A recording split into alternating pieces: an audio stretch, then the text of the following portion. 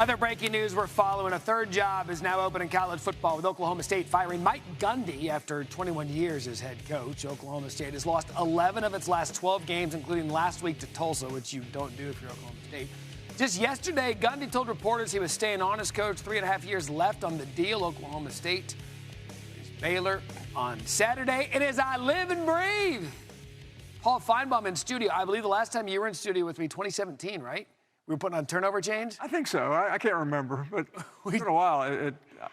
Mike Gundy may be here before I'm here next. That's right. Well, we'll talk about that in a minute. But, hey, look, this is one of those things where 11 of 12, it had just gone south for a guy that's really spent half his life at the program, quarterback for the team and head coach. What do you make of doing this move today? He's a Hall of Fame coach, but it needed to be done. When things spiral out of control, and losing the other night at home to Tulsa, that was the final blow, just like with UCLA and just like with other schools. It's better to get rid. Now, the problem when you do it this soon, you potentially lose your roster. That's right. But I'm not sure there's that much to lose out there. So I think the school said we need to make a clean break. There's no easy way to fire someone as legendary as him, but I agree with the school for making it now. Yeah, and look, to what Paul's saying, before 4 games, you can either redshirt or you can enter the transfer portal, which some of these players might. You can see Oklahoma State, they're going to be against Baylor Saturday, 3:30 Eastern on ESPN2. But aside from that, this Saturday is absolutely loaded with ranked-on-ranked action. So 13th ranked Ole Miss hosting number 4 LSU in the Magnolia Bowl. The home team has won each of the past 5 meetings, with the Tigers winning last season despite not leading until the final play of the game. Keep an eye on this one. 17th ranked Alabama, number 5 Georgia meet Athens for the first time since 2015. The Bulldogs' 33-game home win streak will be on the line. Kirby is 1-6 against Alabama in his 10 seasons as Georgia's head coach. USC travels to Champaign to battle a Fighting Illini for the first time since the 2008 Rose Bowl.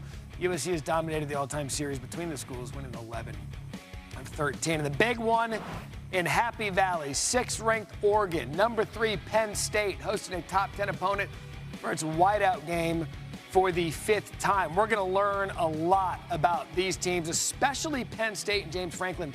He's not good in top 10 matchups. In fact, he's 1-17 since he's been at Penn State. So we're going to do a thing today called Paul's Proclamations. But first, what would you say if history repeated itself with James Franklin losing another top 10? The pressure will just intensify. And the problem for James Franklin, he has played a miserably easy non-conference schedule, so nobody really knows what they look like. They haven't looked great, but why should they?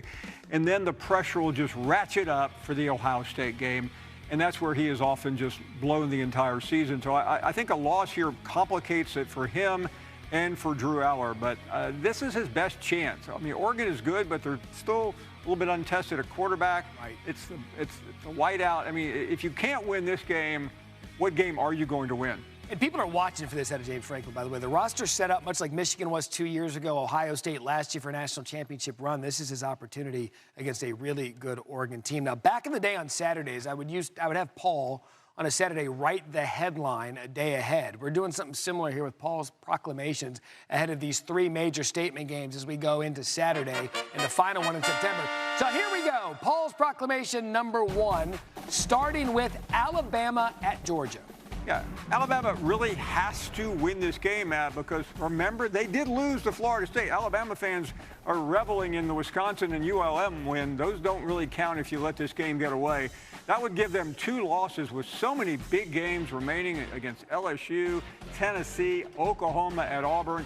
A loss here would make their path to the playoff very narrow. Paul's proclamation number 1. I love it. Alabama and Georgia. Next one, Texas. Everybody wants to write Arch Manning and Texas off, but they still just have 1 loss. I think they're going to come back, and that, call me crazy, I know you have many times. I've heard your What?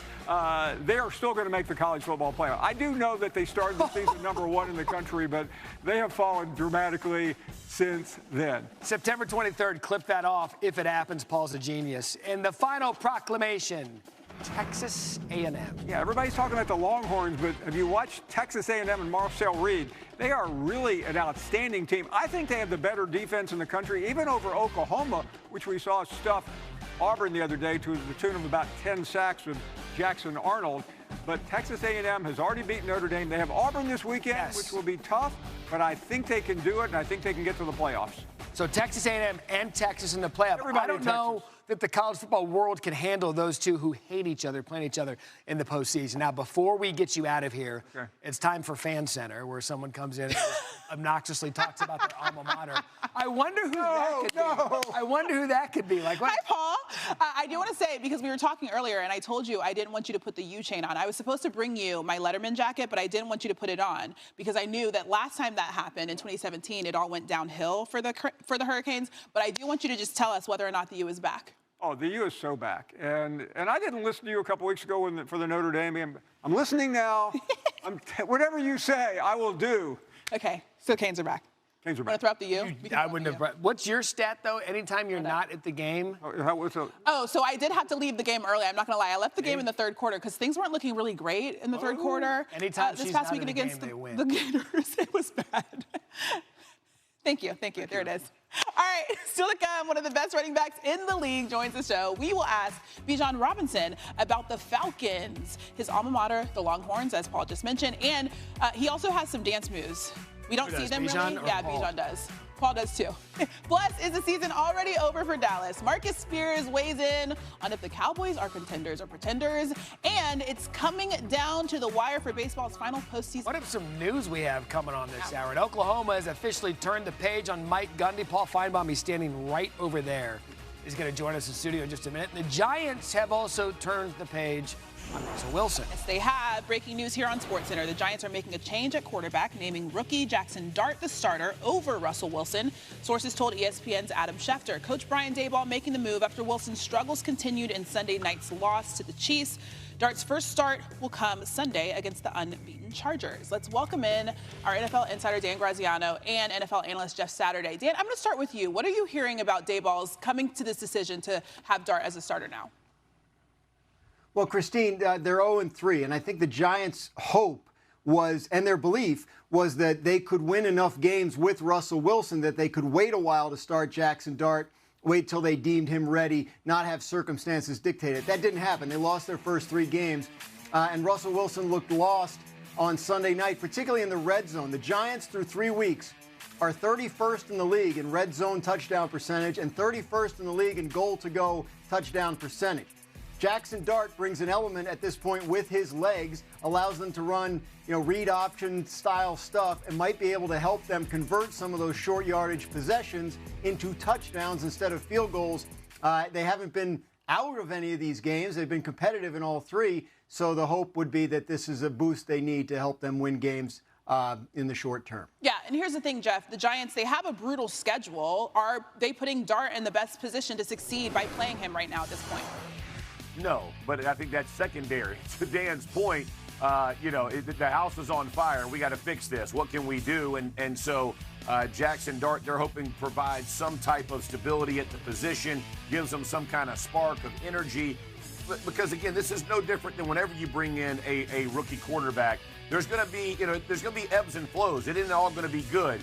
But if you can have something to gravitate towards as a coaching staff, you can lock on. Make no mistake, when Malik Neighbors said post-game that this isn't on Daniel Jones last year, it's not on a quarterback this year, they got bigger problems than this, that's an indictment on the locker room, an indictment on the front office and the head coaching, or the coaching staff.